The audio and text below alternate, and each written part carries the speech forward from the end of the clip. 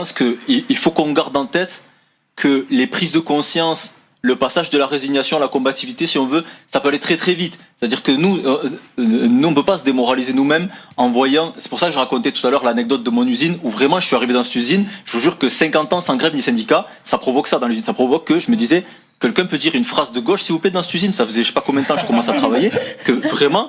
Oh, à part parler de la Ligue des Champions, ça parlait que de ça. Et donc, mais il faut garder en tête que parfois un petit noyau dur et une ou deux démonstrations bien placées, ça change totalement la mentale. C'est-à-dire mes collègues qui étaient vraiment des passifs en termes de lutte de classe et tout ça, la première grève qu'on a fait, et on a gagné 10% d'augmentation de salaire dans la première grève qu'on a fait. Et là, tous les collègues ils ont dit ah mais ok c'est ça, c'est comme ça qu'on fait. Genre on fait des assemblées, des grèves, en fait on obtient des trucs, mais c'est génial, on va faire ça. Et après dans les années qui ont suivi, ça a changé beaucoup de choses dans le rapport au travail et même à d'autres questions. Par exemple j'avais beaucoup de collègues qui subissaient du racisme et tout, et en fait avant c'était plus normalisé dans l'usine. Genre même les blagues, comme on dit, les blagues racistes, genre je me rappelle qu'il y a eu un épisode, c'était 1 ou 2 semaines après la grève, il y a un collègue il a fait une soi-disant blague raciste, et là c'était le feu dans l'usine.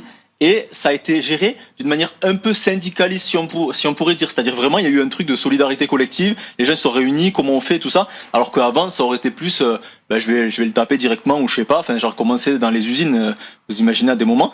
Donc, moi, je trouve qu'il faut garder ça en tête.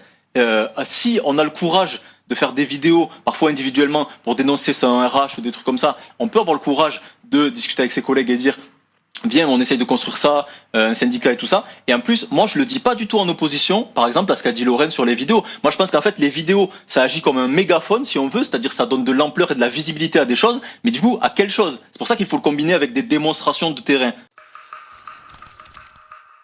Mediapart.